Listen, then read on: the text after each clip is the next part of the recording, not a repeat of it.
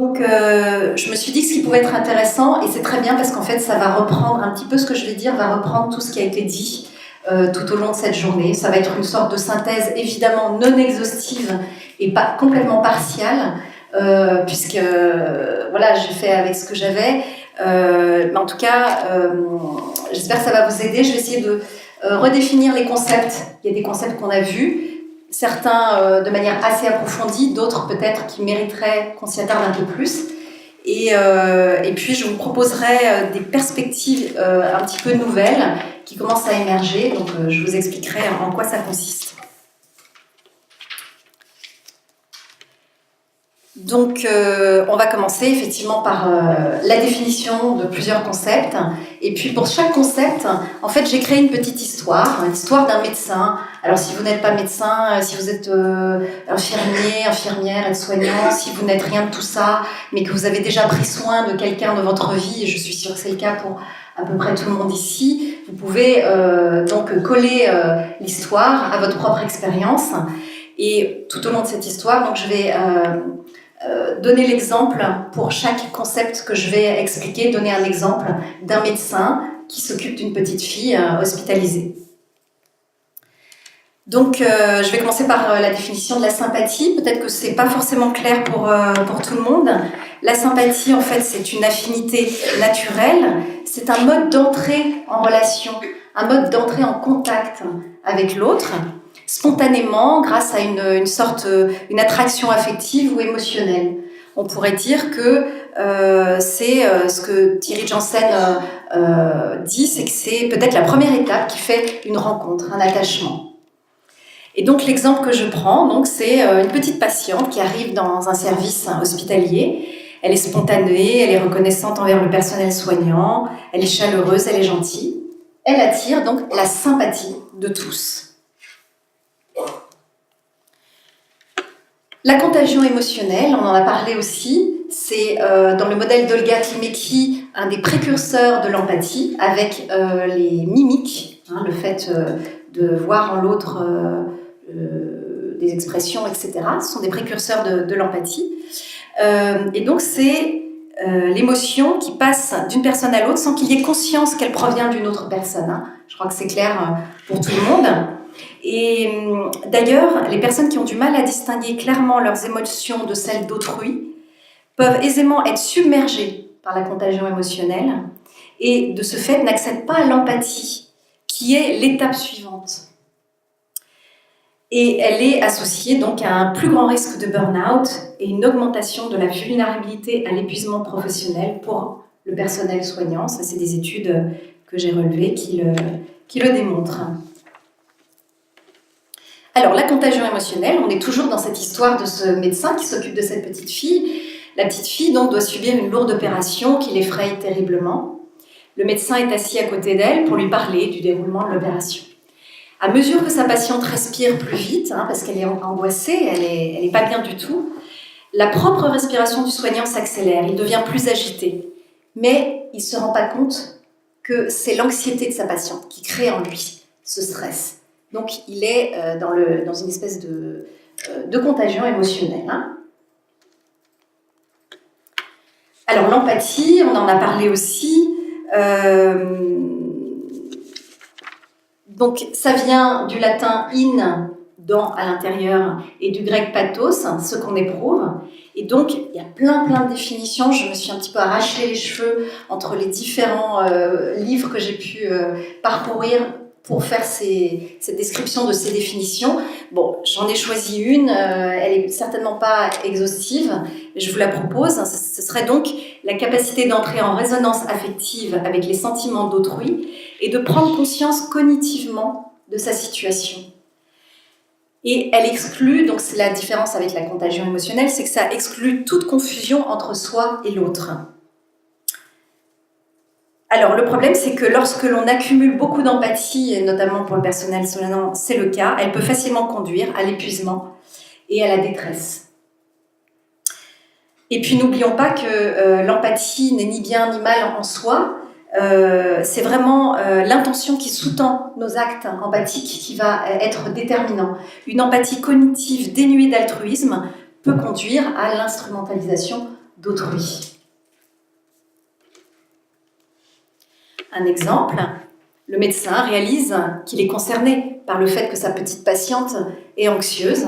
Il entre donc en résonance affective avec elle, mais il n'en est pas encore au stade, éventuellement, de l'aider à réduire son anxiété. Il comprend simplement qu'il est anxieux parce que sa petite patiente est anxieuse. La détresse empathique, on en a parlé aussi. Donc c'est quand la résonance affective s'amplifie et paralyse. Et le risque, c'est que ça débouche plus sur un comportement d'évitement que sur une attitude altruiste. On pourrait dire qu'il ne s'agit pas là d'une préoccupation pour l'autre, ni de se mettre à la place de l'autre, mais d'une anxiété personnelle déclenchée par l'autre. Donc l'empathie peut conduire à une motivation altruiste, mais elle peut aussi, quand on se retrouve confronté aux souffrances d'autrui, engendrer un sentiment de détresse et d'évitement qui incite à se replier sur soi-même ou à se détourner des souffrances dont on est témoin. Exemple, cette petite patiente est en pleurs. Le médecin sait qu'il y a des risques de complications suite à cette intervention chirurgicale. Les larmes lui montent aux yeux, il se sent submergé par la peine qu'il ressent. Il souffre de la souffrance de sa patiente. Il fait un travail important, sort de la chambre avant de s'effondrer en larmes dans son bureau. Et on sait que dans ces cas-là, les aires cérébrales de la douleur ou de la détresse sont activées. Donc, effectivement, vous l'avez compris, le problème de la détresse empathique, c'est que ça peut mener au burn-out. On a déjà parlé un petit peu du burn-out ce matin. Donc, encore quelques chiffres pour rappeler. Alors ça, ce sont des chiffres aux États-Unis. 60% du personnel soignant américain est touché par le burn-out, dont un tiers est affecté au point de devoir cesser son activité, en tout cas momentanément. Il est associé à des troubles de l'humeur et à des problèmes de santé. Dans un cas sur deux, il s'accompagne d'une dépression. Il y a un problème d'erreur médicale accrue et également, Antoine l'avait souligné ce matin, de négligence des soins. Et c'est vraiment la perception de la souffrance, plus que la gravité de la maladie des patients ou que le temps passé au travail, qui est la source principale des symptômes dépressifs des soignants. Et du coup, qu'est-ce qui se passe ? On va recommander aux soignants de ne pas trop s'impliquer, ni de se rapprocher émotionnellement des patients. Mais le risque, c'est de devenir trop distant. Ce que a si bien parlé Cathy Blanc, et de perdre donc le sens du lien, de l'intimité. Et ça peut poser problème dans la qualité du soin. Il y a une autre stratégie que les patients, qu'on peut donner aux soignants, c'est de leur dire, allez vous relaxer, vous promener, prendre un bon verre de vin. Oui, mais ça, c'est après l'acte. Vous n'allez pas dire, attendez, bougez pas, je vais me faire masser et je reviens. Donc, c'est limité, si vous voulez, cette détente, elle est limitée parce qu'elle n'est pas en rapport direct avec le soin au patient. Et du coup, en fait, ce que propose la méditation de la compassion, c'est vraiment d'utiliser tout ce qui est autour de la compassion, d'utiliser des outils dont on a besoin tout de suite, à savoir cultiver un autre rapport à la souffrance de l'autre dans une qualité de présence aimante. Et du coup, ce qui est intéressant, Cathy Blanc l'avait aussi dit, c'est que cette compassion va vraiment faire un va-et-vient entre le patient et le soignant, qui s'autorise aussi à se dire que c'est difficile pour lui, et qui, pourquoi pas, peut s'autoriser à dire au patient, c'est difficile pour moi. Ça permet de rester ouvert, ça permet de rester présent en présence de la souffrance. Mais ça demande un entraînement. Ça demande, comme le disaient encore une fois Cathy et Francis, ça demande de s'entraîner. Et ce qui est vraiment intéressant, c'est que là, on ne va pas poser ses limites. On ne va pas poser de limites en disant « Attends, il faut que je garde des distances avec toi ». Et on ne s'identifie pas non plus à la souffrance. Et du coup, on peut garder son cœur ouvert parce qu'on a les ressources, on a cultivé les ressources pour ne pas se laisser submerger. Et du coup, qu'est-ce qui se passe ? Eh bien, l'autre va ressentir aussi qu'on on est dans la paix, dans la compassion. Quand le soignant est dans cette attitude-là, le patient peut aussi le ressentir, hein, avec ce lien qui permet le va-et-vient. Et donc on en arrive à la compassion. Donc j'aimerais lever peut-être un doute dans vos esprits, en tout cas moi ça avait été le cas, c'est que compassion, effectivement en latin ça veut dire souffrir, action de souffrir avec. Et apparemment je viens d'apprendre qu'en anglais aussi, donc c'est pas forcément la racine latine, mais si on voulait vraiment rester respectueux de notre langue et de nos origines latines, on devrait plutôt parler d'empathie en action. Donc c'est ça qui est un petit peu compliqué à comprendre, c'est qu'il y a eu un consensus finalement qui a été établi pour dire que la compassion, c'est ce que en fait nous en français on appelle l'empathie. D'accord ? À savoir un état d'esprit qui procède directement de l'amour altruiste ou de l'amour bienveillant, qu'on va voir plus tard, et qui se manifeste lorsque cet amour est confronté à la souffrance. On l'a vu et on l'a revu, mais ça vous fait une piqûre de rappel par rapport à la définition de la compassion. Et du coup, hein, il y a cette phrase que je trouve vraiment chouette qui montre la motivation dont Francis aussi a parlé, le fait que la contemplation altruiste de la souffrance de l'autre décuple notre vaillance, notre disponibilité et notre détermination à remédier à ces tourments. Voilà comme ça comment on pourrait parler de la compassion.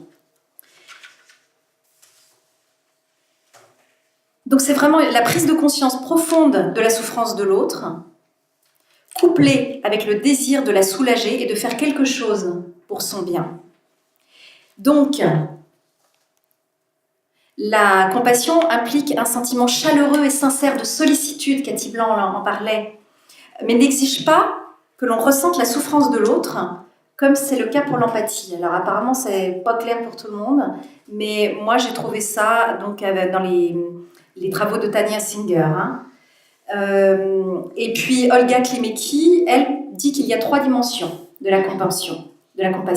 En tout cas, il n'y a certainement pas qu'une dimension affective, mais il y en a une. Je ressens un sentiment, par exemple un sentiment chaleureux et sincère de sollicitude, pas forcément la souffrance, hein, et ce sentiment de chaleur à votre égard. Dans la dimension cognitive, je vous comprends. Et évidemment, dans la dimension motivationnelle, je veux vous aider.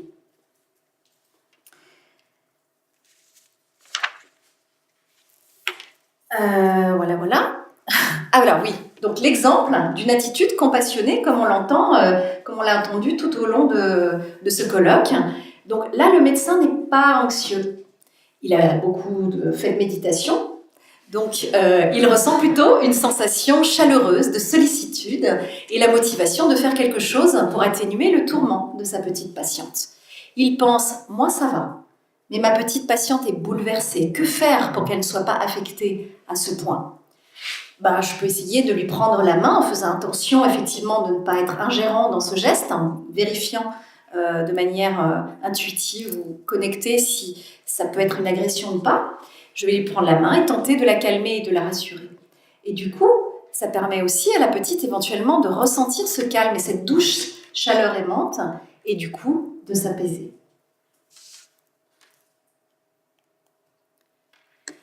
Alors, on a parlé aussi d'autocompassion. Je suis complètement embrouillée, moi, dans voilà, parce que j'avais vraiment noté plein d'autres choses sur l'autocompassion qui me paraissaient vraiment importantes de vous dire en plus de cette diapositive. Donc, la bienveillance envers soi, le self compassionné dont a parlé Francis, c'est une dimension fondamentale pour prendre soin des autres, prendre soin de soi, pour mieux prendre soin des autres. Et j'ai repris les 3 attitudes fondamentales décrites par Christine Neff, qui a beaucoup travaillé, qui est une chercheuse qui a beaucoup travaillé sur l'autocompassion, et qui dit que pour être vraiment fondamentalement autocompatissant, il faut se considérer avec bienveillance. Il faut reconnaître, c'est intéressant, et c'est de reconnaître son humanité, et également de pratiquer la pleine conscience.